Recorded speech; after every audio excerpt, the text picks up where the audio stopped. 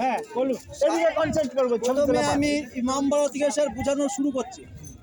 সামনে এই যে একটা সাদা যে লম্বা বিল্ডিং এর নাম হচ্ছে ইমামবাড়া। এই ইমামবাড়া শব্দটা হচ্ছে উর্দু শব্দ, বাংলায় বলা হয় ইমামবাড়ি।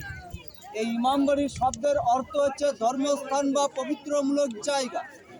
ইমামবাড়ির মাঝখানে ওই যে স্যার একটা গম্বুজ দেখা যাচ্ছে, ওই গম্বুজের নিচে একটা ঘর আছে। ওই ঘরের মাঝখানে আছে হাসান হোসেনের হাতের পায়ের নকল ছাপ, যেটা আরব থেকে নিয়ে এসে কষ্টি পাথর উপরে রাখা। আর এই ইমামবাড়ি বছরে 10 দিন খুলে মহরমের টাইমে, এছাড়া বাদবাকি সারা বছর বন্ধ থাকে।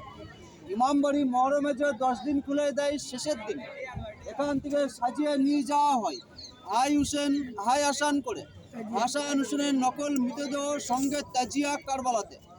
ইমামবাড়ি তৈরি হয় 1847 সালে 6 লাখ সোনার টাকা খরচ করে। আর যিনি তৈরি করার নাম হচ্ছে নবাব ফরাদুঞ্জা মির্জাফরের বংশধর। 1847 তৈরি হয়। তার আগে একটা ইমামবাড়া ছিল, সেটা 1756 সালে তৈরি।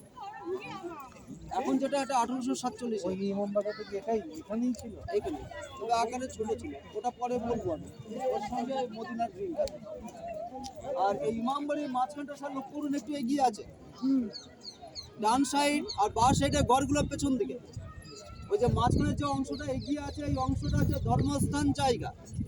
ডান সাইড আর বাঁ সাইড পেছন দিকে ঘরগুলোকে বলা হয় মুসাফিরখানা বা অতিথিশালা। নবাবী আমলে যেসব মুসাফির বা অতিথিরা বাইরে থেকে মহরম দেখতে আসতো, তাদেরকে এই দুই সাইডের ঘরগুলোতে থাকা খাওয়া দাওয়ার ব্যবস্থা করা হতো।